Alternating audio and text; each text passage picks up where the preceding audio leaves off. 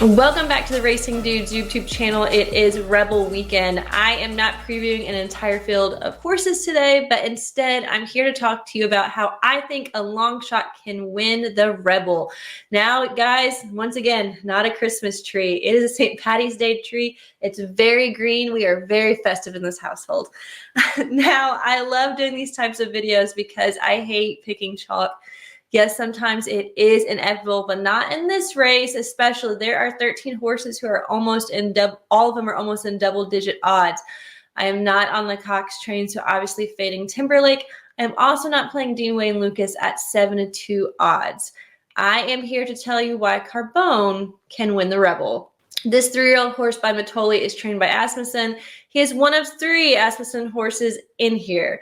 Now, let's go down his resume. He is 2 for 3. His best win was an optional claimer, but I do have a rebuttal. His most recent race was the Southwest Stakes, where he just flopped completely. It was a terrible race for him.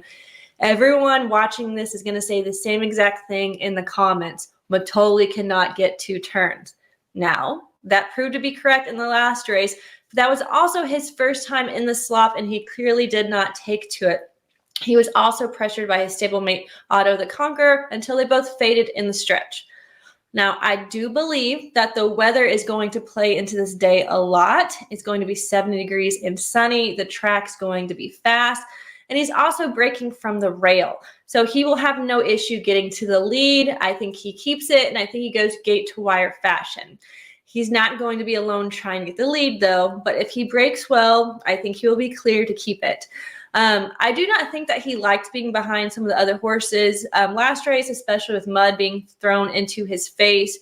On his first 2 races where he won by multiple lengths, not to mention got upper 80 buyers, both days the track was fast and he got the lead. Now, let's talk about how he can beat some of the favorites in this race. The morning line favorite is Timberlake. He is 2 for 5 lifetime, and the last time we saw him was the Breeders' Cup. The first thing that I have an issue with is horses coming back after the Breeders' Cup. They typically don't do too well. I mean, look at Fierceness and the Holy Bull. Another thing is he won a maiden at Ellis Park, then won the Champagne, but who was he really against that day? He was 8 lengths behind Fierceness in the Breeders' Cup, so maybe he doesn't like 2 turns either. The next one who everybody is going to be betting on, that is Just Steel. He's 7-2 for D. Wayne. He got 2nd in the Southwest Stakes behind Mystic Dan. He got 2nd in the Smarty Jones behind Catching Freedom, who didn't do too much last weekend. And before that, he won an ungraded stakes. He likes to stalk, and I feel like in this race, it's either going to be one gate to wire, or there's going to be a pace meltdown and someone's going to be coming from the clouds. And I don't think he's either one of those kind of horses. Now, I'm going to be honest with you guys. I had a lot of issues going back and forth with Dymatic. I originally picked him because I was like, damn, Tyler Gaffalione is on him instead of Carbone, who is Steve's #1 horse in the Southwest. I was like, he won last time out. But then I was like, wait a second, Miranda. He won on the slop, but he was 3 seconds slower than the Southwest Stakes. And his 2 races before that was on a fast track. And he didn't really do too well at all. And he's going to be on a fast track again. So I'm just not going to trust him at all. So I think that Carbone comes back, shows us the same effort that he showed us in the first 2 races. He's going to be more comfortable with the elements.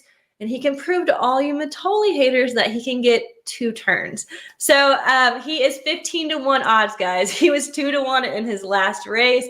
So I'm going to take my chances and give this horse another shot. But thank you for tuning into the Racing Dudes YouTube channel. Make sure you are subscribed so you never miss a video. I will be at the Rebel Stakes this weekend. I hope to see you guys there. If you're there, give me a shout out. We can meet up. Until next week, good luck.